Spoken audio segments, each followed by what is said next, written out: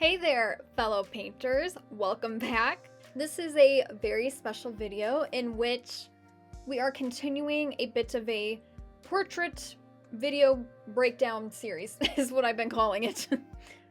Essentially, though, these are just videos in which I take you step by step through how I, as a professional artist, actually go about painting different paintings, especially portraits. And for today's portrait, we're going to be looking at the one and only, just like I've got here on the wall, Miss Queen Bey herself, the beautiful and lovely and talented Beyonce. So we're just going to go on ahead and get started right away, and I'm going to take you over to my laptop here.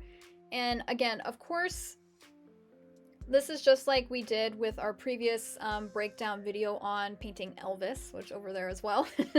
That this is actually just taking you through a class I actually teach online with Canvas Academy, which more info will be on that throughout the video, don't worry. So you can actually take this class with me. It's a full, I believe it's about 2 hours in length. It's a very long class, but we go through painting Miss Queen Bey herself from start to finish, okay? And it's a beginner-friendly class, and it's part of a how to paint portraits course. But for today's video, I just want to take you over here through a bit of a time-lapse, a little bit of a time-lapse video. So this is not the full class, but it's a time-lapse video of the full class.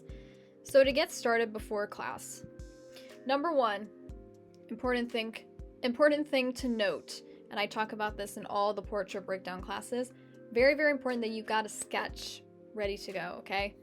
It's very, very difficult to paint somebody's portrait without having some sort of sketch first.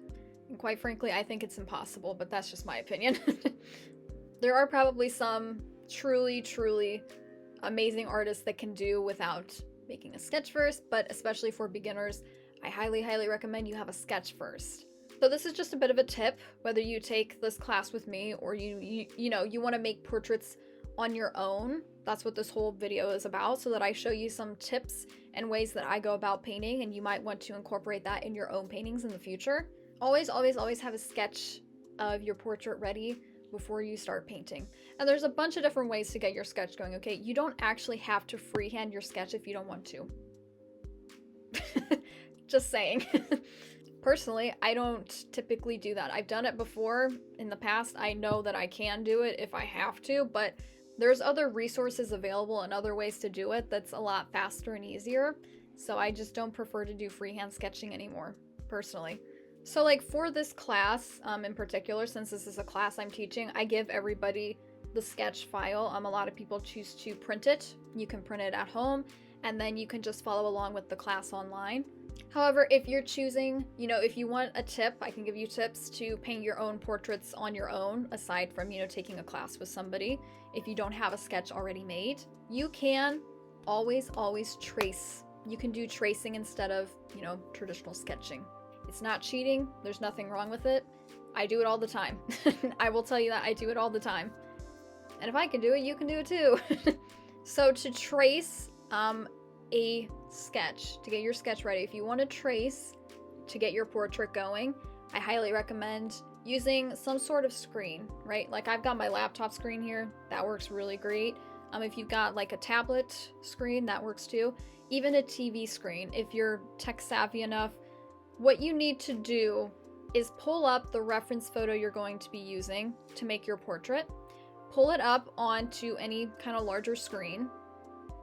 And then from there, you can take any piece of paper. It can be sketch paper, it can be just regular printer paper, it doesn't matter. Just put the paper over the picture, and then from there, you can trace the picture and just get a quick outline like what we've got here of Miss B.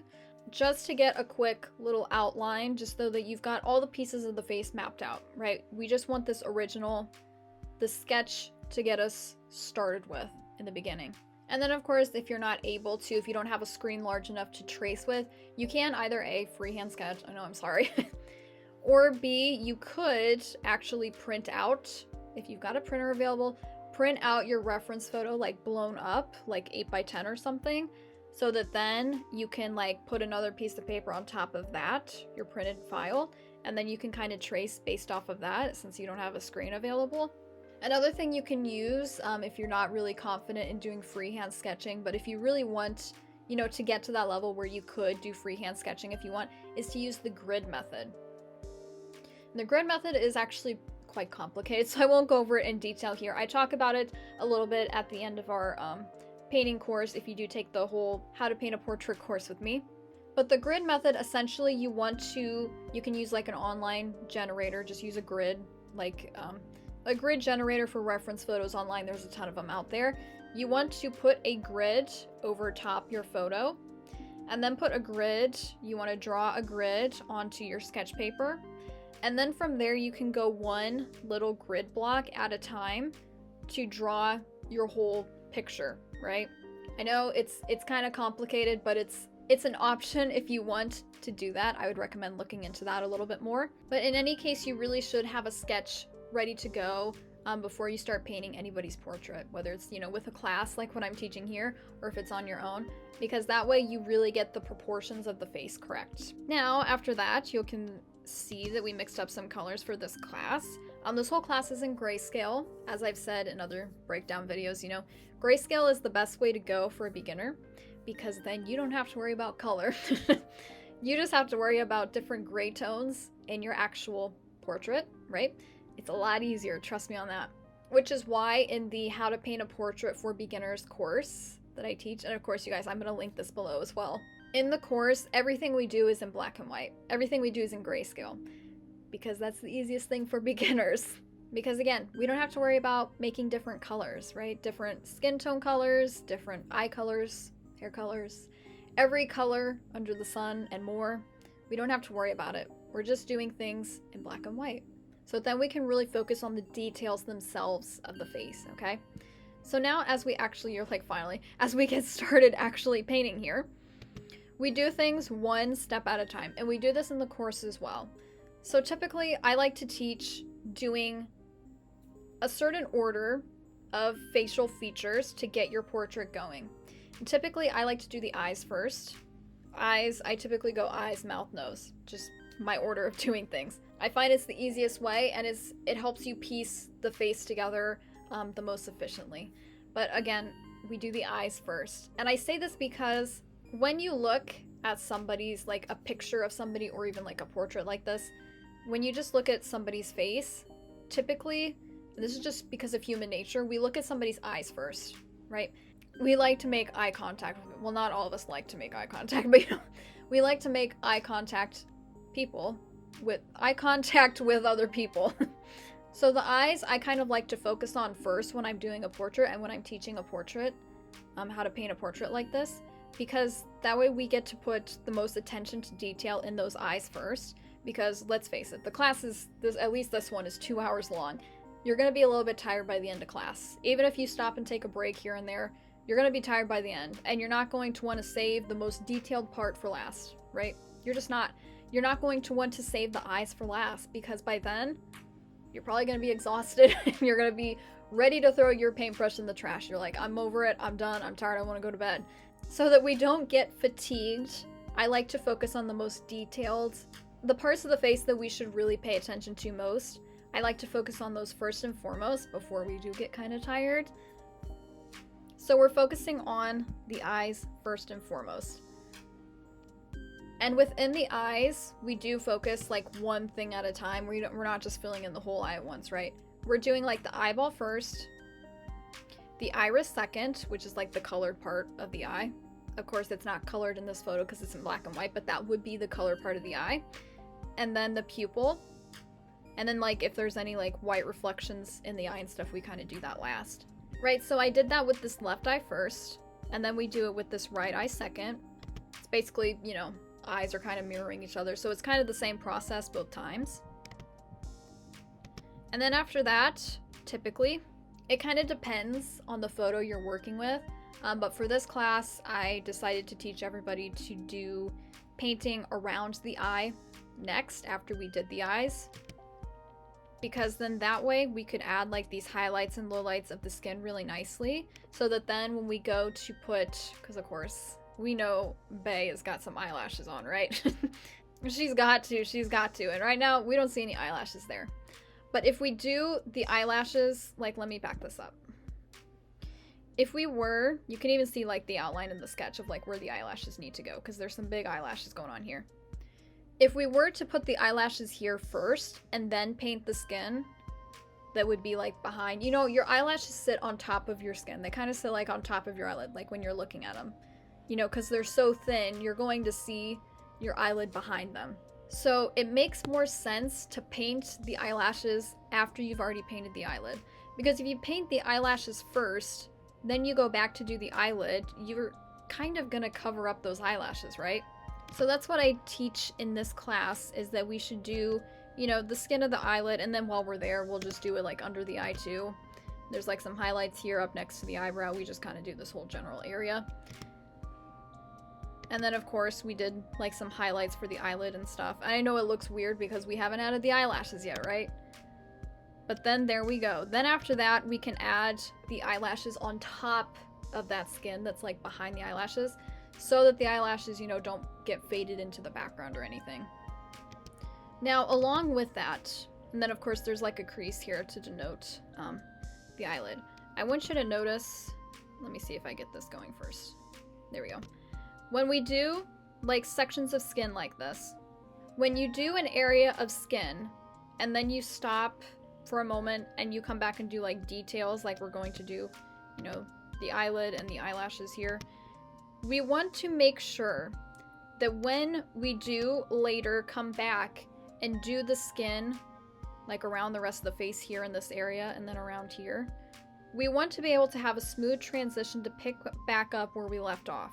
Okay, this is something I teach very heavily in this whole painting course, if you do decide to take the painting course with me, is that I like to kind of fade out around the edges of the area we're working on, so that later on when we come back and we do fill in the cheek and stuff, we can kind of connect the two areas together, kind of like this, a little bit more easily. They'll connect more easily. And the way we do that is by using what's called a dry brushing effect, a dry brush technique. With very little paint on the brush, makes it a dry brush, right? And we just kind of dab. We dab like all around the edges of this area. I can even show you all the way back. Okay, see here, we haven't put down any of the skin tone yet. Now we're going to start putting it down. And then from here, I'm going to dab all the way around all the edges. I'm hoping this makes sense. Of this area here we just filled in. Dabbing all the way around there before we come back in and do the details, because that way, like I said, when we come back later to do like the cheek and stuff, and I'll try to point that out when we get to that point, that we can kind of blend these two areas together, because we don't want it to be just a sharp line, right? We don't want it to just be an ending of a line right here, and then later on we try to, you know, connect to it when we do the skin of the cheek. It's not going to blend together very easily. So that's why we do that dabbing and that dry brush effect outwards all around it, so that when we come back in to fill in the rest of the skin underneath and around that area, it connects a lot easier. We do the same thing over here. We do the same thing where we do that like dry brush technique all around this area we're working on, so that way we have somewhere that we can kind of fade it together with later on. And then of course over here we have to add the eyelashes. Yes. Now down here we're going to work on the mouth. There are a couple of teeth in this portrait, and if you guys have watched my other portrait breakdowns, like we did Marilyn Monroe and Betty White, both of their portraits had teeth visible in them. Teeth are very tricky. They are, you guys. Even as professionals, they're really, really tricky to work with. So my biggest advice, always check with your reference photo to make sure you know what's going on, right? Always look at your reference photo for every part of the face, but especially when you're working with teeth. Don't just paint white teeth, you know, because they might not actually be white in the photo. Like someone might have white teeth in real life, but in a photo taken of them, maybe there's something casting a shadow over their mouth or something. So you don't really know what the teeth need to look like until you look at your reference photo. And two, my second biggest tip is break it down and do one singular tooth at a time. I know it sounds like painstakingly long. It won't take that much longer, okay? Rather than doing all the teeth at once, because that way you can really focus and add in those details, those highlights and lowlights in each individual tooth. Again, we need to give some attention to detail to these teeth. And if we do all the teeth at once, they might just kind of blend together and it might not look like they're actually individual teeth in the mouth.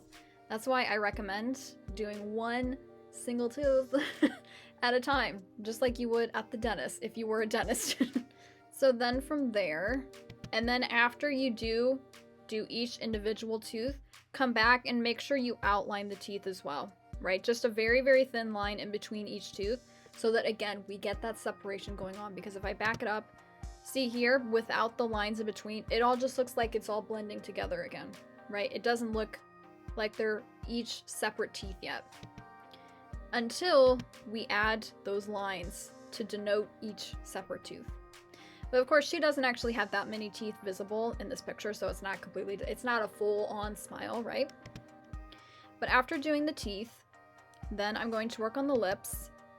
And you know, just like we did with the eyes, we did like one eye, then the other. I'll do the top lip, then the bottom lip, or vice versa, it doesn't really matter. We add our lowlights and our highlights to each of the lips. Again, just look at your reference photo, see what you see in the photo. If it seems like there's this bright burst of light coming across the lower lip like she's got right here, then add that into your portrait, right? That's what's going to make things look more realistic, is if you keep referencing the actual real photo that you're working on, right? Now after that, like I've said before, the next thing I'll probably focus on is the nose. So we focus on the nose here, and I'll back it up just a little bit. First things first, we kind of get the nostrils. She's kind of looking straight on. She's not looking up or anything, so we don't see like inside her nose or anything. So it's just really, really like a thin line there to denote the nostrils. And then after that, just do, you know, one side of the nose and then the other, and then you can kind of fill in the middle and kind of get it all faded together really well.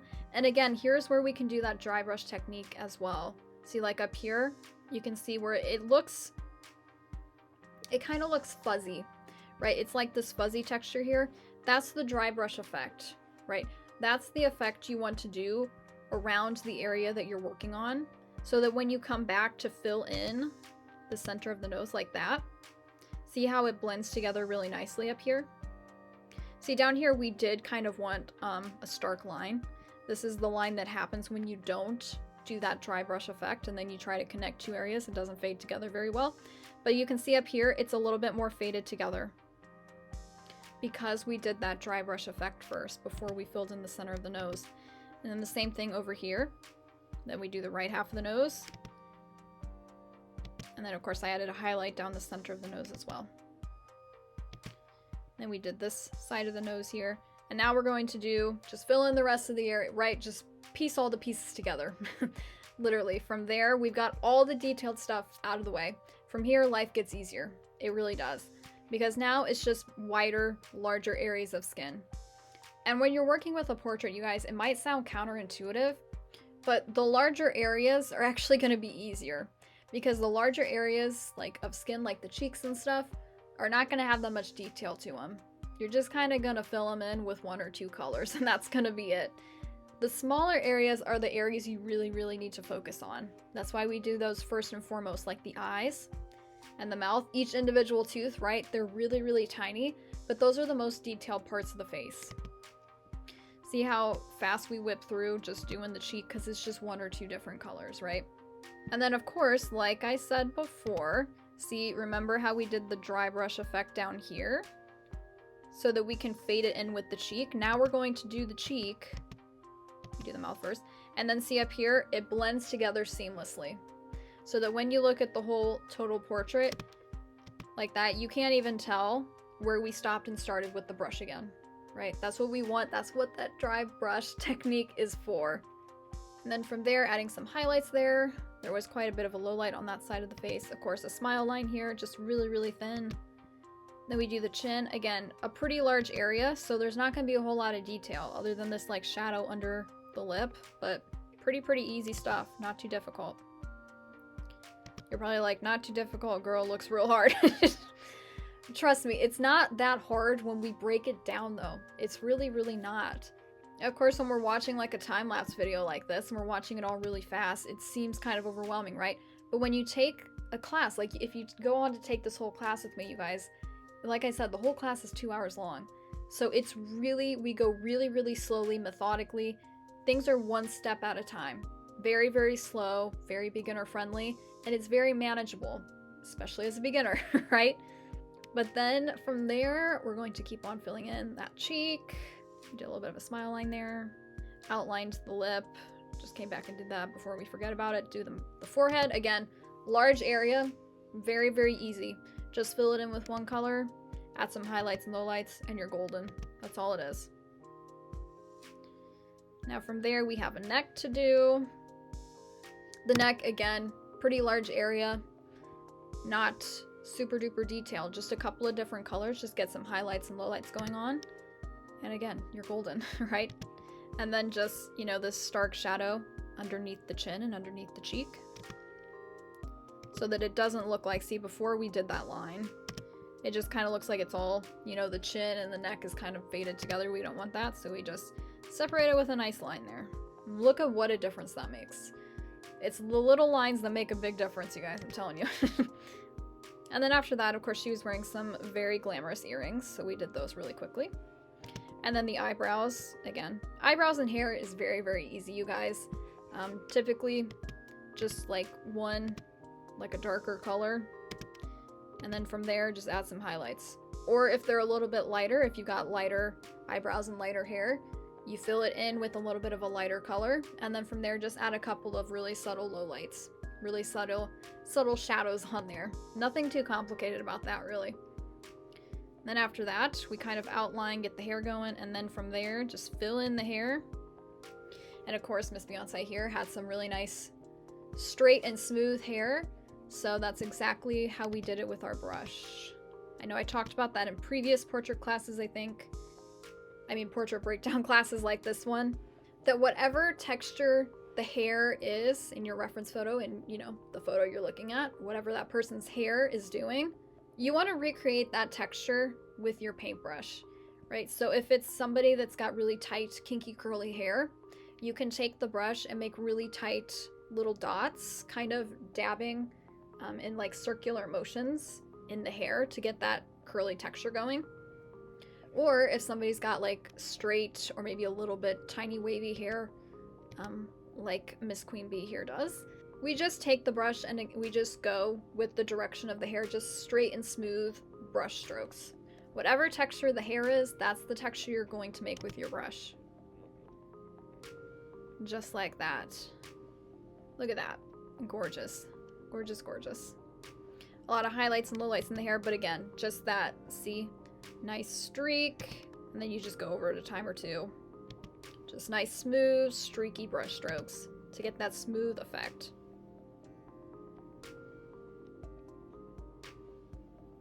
Just like that. So, you guys, I really hope you enjoyed watching this portrait breakdown video. I have a lot of fun talking about all the hows and the whys of what we do when we're making different portraits and stuff. And I think Beyonce looks very true to life here. I think we captured her really well. I think we did.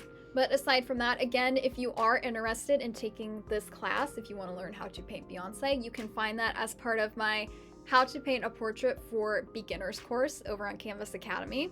This is a course that's going to take you completely step by step through painting somebody's actual face. And we go, of course, before we even tackle like this full portrait here, which can be, you know, there's a lot of parts to it.